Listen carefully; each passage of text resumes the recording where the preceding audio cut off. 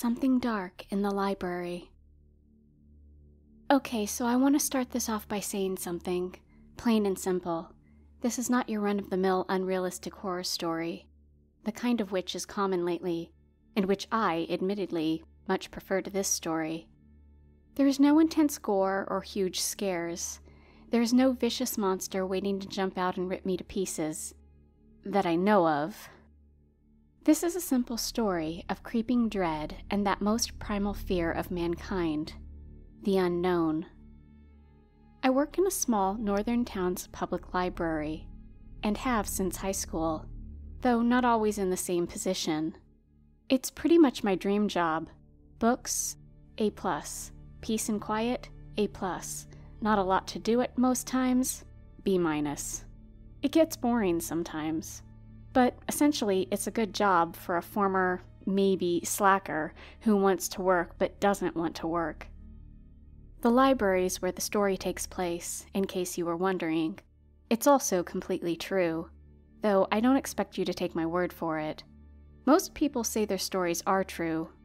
But anyway, let's start with a few more facts, if you don't mind. First, the library building used to be an old Catholic school, and still stands next to the local Catholic church. As such, the layout can be a bit unusual compared to other libraries. You can still see where the rooms used to be, and it's very segmented.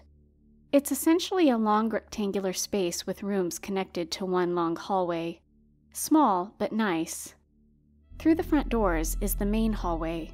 Immediately upon entering there are two doors to the left, a multi-purpose room and a storage room, and one door to the right, a meeting room.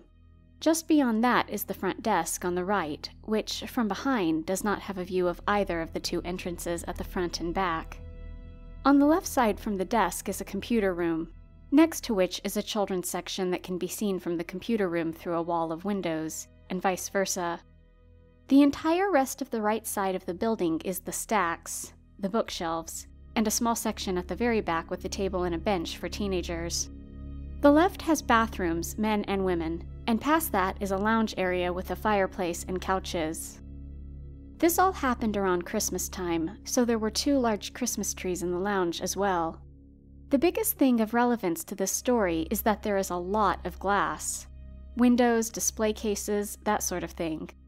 Reflections upon reflections are all over the place, and at night, when you're alone, it can be pretty spooky.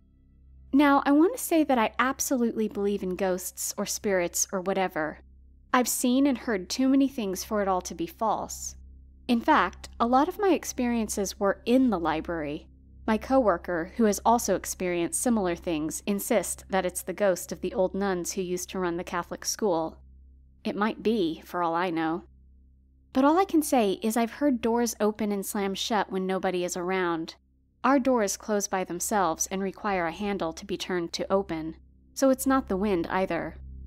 And I found books lying on the floor in the stacks in an empty library when mere minutes earlier they were on the shelf. I've also seen movement out of the corner of my eye, heard creaks and groans. It's an old building, so that one's easily explainable. And plenty of other strange phenomena. But the night I'm about to document was like nothing I've ever experienced, or have ever since. It was a Monday in mid-December during a particularly nasty winter storm, and I was working an evening shift, 6 p.m. to 8 p.m. The wind howled outside, and the outer doors, which are not held shut, bumped and banged frequently. Looking back, there was a lot of strange things that I didn't immediately notice. First of all, when I came in, there was a mop leaning against the wall next to the front desk. Not terribly unusual, except I realized it was a day when maintenance never cleaned. They like to slack off early in the week. I don't blame them. There were also 2 lights out in the kids section, which was unusual as they had to have been on during the day shift, or the boss would have called maintenance to change them. That's one thing they're always good at doing quickly. Also weird was, immediately after I unlocked the doors, there was a car parked outside. It was running. Its headlights were on, but nobody got out or came inside. It stayed there for 20 minutes before leaving. That was strange, but not terribly off-putting. But even still, from the moment I walked in, I felt a creeping sense of unease in my nerves. Every corner I turned made my heart race. Every noise made me jump. Even the silence pressed against my chest like a weight. I spent the night clinging to a long wooden rod that was kept in storage for some unknown purpose, just in case I needed to defend myself. The strangeness continued when a woman came in about halfway through the evening. She was a regular, always showing up Monday nights, checking out some DVDs and chatting about anything and everything.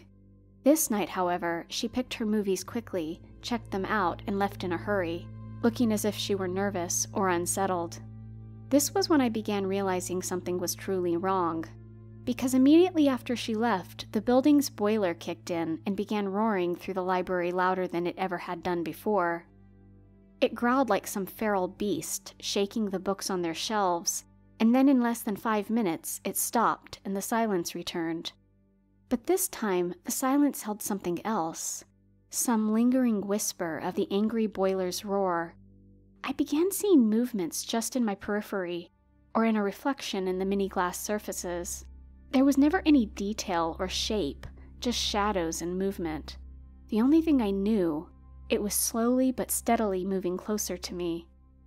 The wooden rod became a crutch. I clung to it as I returned books to their shelves, as I ventured into the cluttered storage room to prepare for an upcoming puppet show. Even when I could no longer fight my bladder and had to run to the washroom, that stick was in my hands, or in reach of them at all times. The night was creeping slowly to an end, but the cold dread crawling down my spine didn't let up.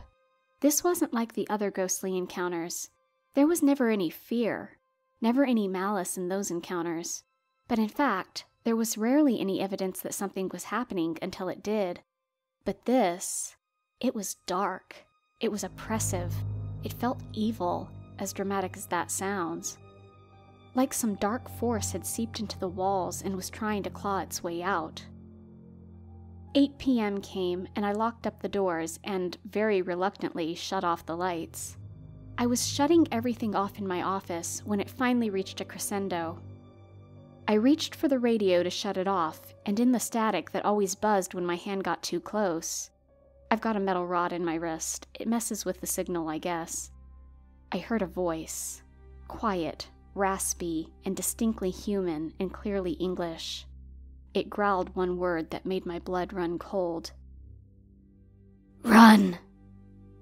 So I ran. I crashed out the doors, leaving the rod in the office to no doubt be found by my confused coworkers the next day, and I didn't stop running until I was home, even though that cold dread washed away the second I left the building. I didn't get a chance to talk to my coworkers until Thursday afternoon. I was working with one of the girls who had seen a lot of weird stuff, and I decided to mention it to her. The second I started telling her about the growling boiler and the shadows creeping closer, she nodded and got really nervous. She told me that the exact same thing had happened to her the following night. Tuesday, right down to the creepy voice in the radio when she turned it off. So we decided to mention it to our boss, who was the only skeptic among us. We liked to talk about the spooky stuff we saw or heard just to see her reactions, which were usually scoffs and eye rolls, but this time went very differently. We started telling her all about it, and immediately her face went white. She had worked Wednesday night by herself, and she felt uneasy all night. She kept seeing things moving in the corner of her eye, and she confessed that as she was leaving, she heard a voice whispering something in the library. She got freaked out and called maintenance to make sure nobody was hiding in the building, but they didn't find anything. The whole rest of the shift, we began feeling that same creeping sense of dread, and by the end of the shift, we all agreed that nobody would be working nights alone for a long while. We still get scared shitless most nights, but at least we're not alone.